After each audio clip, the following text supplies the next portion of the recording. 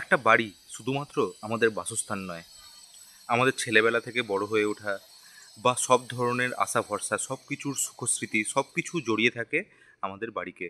আর বাড়ি তৈরিও করা হয় খুব শখ করে। সারা জীবনের পুঁজিকে কাজে লাগিয়ে একটা স্বপ্নের বাড়ি তৈরি করা হয়। কিন্তু কখনো কখনো এরকম পরিস্থিতি তৈরি হয় যার জন্য আমাদের এই স্বপ্নের বাড়িটাকে বিক্রি করতে আমরা বাধ্য হই। কখনো হয় কোনো কারণে কোনো দেনা হয়, বা আপনার মনে হচ্ছে যে আপনি অন্য কোনো সিটিতে শিফট করবেন, বা যে কোনো কারণেই হোক আপনার বাড়ি বিক্রি করতেও হতে পারে ভবিষ্যতে। কিন্তু আমরা এরকম অনেক বাড়ি দেখেছি যেগুলি বিক্রি মালিক তো অনেক দিন ধরেই করার চেষ্টা করছেন, যত রাজ্যের ব্রোকার আছে সবাইকে ডাকছেন, কিন্তু বিক্রি করতে পারছেন না। মোটামুটি আমরা দেখেছি 5টা ভুলের জন্য এই জায়গাটায় এসে দাঁড়ায়। সেই 5টা ভুল বা 5 মিস্টেক্স নিয়ে আজকে আমাদের এই ভিডিওটা। নাম্বার 1 মিস্টেক, ওভার প্রাইসিং কিংবা আন্ডার প্রাইসিং। ধরুন আপনার একটা বাড়ি আছে, আপনি দেখলেনই না মার্কেটে কীরকম প্রাইস চলছে ওই টাইপের বাড়ির, এবং আপনি আপনার মন গড়া একটা দাম রাখলেন যেটা হলো মার্কেট প্রাইসের থেকে অনেকটা বেশি। এখন কাস্টমারের কাছে অনেক অপশান, আপনার কাছে কিন্তু একটাই অপশান, আপনার একটাই বাড়ি, কিন্তু কাস্টমার তো সারা রাজ্যের বাড়ি দেখে বেড়াচ্ছে। কাস্টমার জানে কীরকম দাম হওয়া উচিত, কাস্টমার আপনার বাড়ির দিকে ঘুরেও তাকাবে না। আবার যদি আপনি আন্ডার প্রাইসিং করেন, মানে খুব কম দাম রাখেন, তাহলে আবার কাস্টমারের অবচেতন মনে এটা মনে হবে নিশ্চয়ই কোনো গণ্ডগোল আছে যার জন্য এত কম দাম রাখা হয়েছে। আর এরপর আসছি আমরা মিস্টেক নাম্বার 2, নর্থ ইস্টে টয়লেট বা ঈশান কোণে টয়লেট। এখন ঈশান কোণে টয়লেট থাকলে তার কি বাস্তুদোষ হয়, বা বাস্তুদোষের জন্য কি কি খারাপ রেজাল্ট পাওয়া যায় সেই বিষয়ে আমি যাচ্ছি না।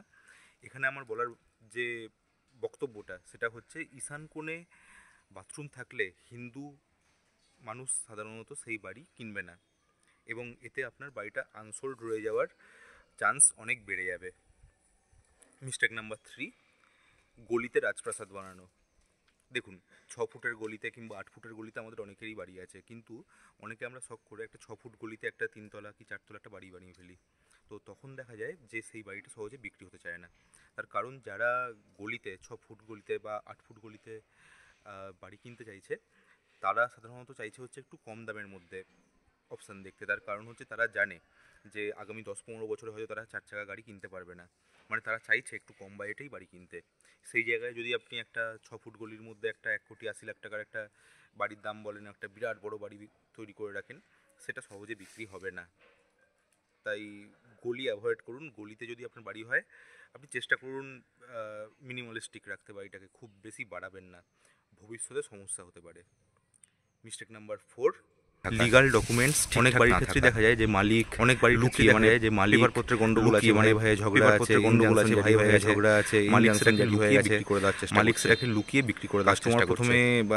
কাস্টমার প্রথমে পেপার নিয়েও নেয়, কিন্তু আলটিমেটলি নিয়েও নেয়, কিন্তু আলটিমেটলি যখন সার্চিং করা হয়, সার্চিং করা হয়, কোর্ট সার্চিং করা হয়, লাভ কিছু হয় না, লাভ কিছু হয় না, সময় নষ্ট হয়, মাঝখান থেকে কিছুটা সময় নষ্ট হয়। আগে লিগাল ডকুমেন্টস ক্লিয়ার করুন, আগে লিগাল পর বাড়ি ক্লিয়ার করুন, না হলে তারপর বাড়ি লুকিয়ে চুরিয়ে, না হলে আপনি করতে পারবেন না, চুরিয়ে বা 1 কোটি টাকা পারবেন না, 60 লাখ টাকা কেউ 1 কোটি টাকা জিনিস 60 লাখ টাকা জিনিস বুঝে আপনার কাছে জিনিস শুনে বিশ্বাস করে নিয়ে টাকাটা আপনার কাছে চলে যাবে না, সে আগে টাকাটা করবে চলে যাবে না, সে আগে সার্চিং করবে। ভুল বুঝিয়ে কোনো লাভ, তাই মানুষকে ভুল বুঝিয়ে কোনো লাভ নেই।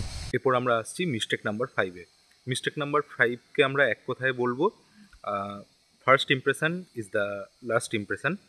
তো অনেক সময় এরকম দেখা যায়, ধরুন আপনার একটা বাড়ি আছে, বাড়িটা ধরুন আপনার শহরের যে মেন রোড, সেখান থেকে যেটা সহজে যাওয়ার যে রাস্তাটা, যেটা শর্টকাট, সেটা একটু গলির ভেতর দিয়ে, একটু বস্তি আছে, গোয়াল ঘর আছে। আরেকটা ভালো রাস্তা আছে যেটা একদম চওড়া পিচ রাস্তা, সেটা ধরুন আর 200 মিটার ঘুরে আসতে হয়। আপনি কাস্টমারকে যখন প্রথমবার আপনার বাড়িটা দেখাচ্ছেন, তখন ধরুন আপনি ওই শর্টকাটটা ধরলেন, যেটা গলির মধ্যে দিয়ে, বস্তির মধ্যে দিয়ে আসতে হয়, এবং বেরোনোর সময় আপনি দেখাচ্ছেন যে হ্যাঁ এদিকে একটা পিচ রাস্তাও আছে। এটা কখনো করবেন না, উল্টোটা করুন। আগে আপনি ভালো সাইডটা দেখান, আগে আপনি দেখান যে আপনার পিচ রাস্তা দিয়ে আসছেন, বাড়িতে গিয়ে তারপর আপনি বলুন আরও একটা শর্টকাট আছে, কিন্তু একটু বস্তি আছে বা গোয়াল ঘর আছে, 200 মিটারেরও কম হবে এইদিকে। First impression is the last impression. First impression is the last impression, এটা আপনাকে মনে রাখতেই হবে। তাই ফার্স্ট ইমপ্রেশন যাতে কাস্টমারের খারাপ না হয়, এটা সবসময় মনে রাখবেন। এবং কাস্টমারকে বাড়ি দেখানোর সময় বাড়ির চারপাশটা একটু পরিষ্কার পরিচ্ছন্ন রাখুন। বাড়ির চারপাশে আগাছা হয়ে গেছে, একদম নোংরা, সেই বাড়ি চোখে লাগবে না কাস্টমারের। এটা আপনি যদি বাড়ি কিনতে যেতেন, তো আপনার ক্ষেত্রেও এই জিনিসটাই প্রযোজ্য হতো, আপনারও চোখে লাগতো না এরকম কোনো বাড়ি যেটা খুব অগোছালো, যেটা খুব নোংরা হয়ে আছে, দেয়ালে ক্র্যাক ধরেছে। তাই বাড়িটাকে একটু পরিপাটি করে রাখুন, একটু গুছিয়ে রাখুন, একটু সাজিয়ে রাখুন, যাতে দেখলে চোখে লাগে এবং কিনতে ইচ্ছা হয়। তো এই 5টা মিস্টেক নিয়ে আজকে আমি আলোচনা করলাম। আশা করি যারা বাড়ি বিক্রি করতে চাইছেন তারা এই ভিডিওটা দেখে উপকৃত হবেন। যদি এরকম ভিডিও আরও দেখতে চান তাহলে আজকেই আমাদের চ্যানেলটাকে সাবস্ক্রাইব করে ফেলুন। Thank you.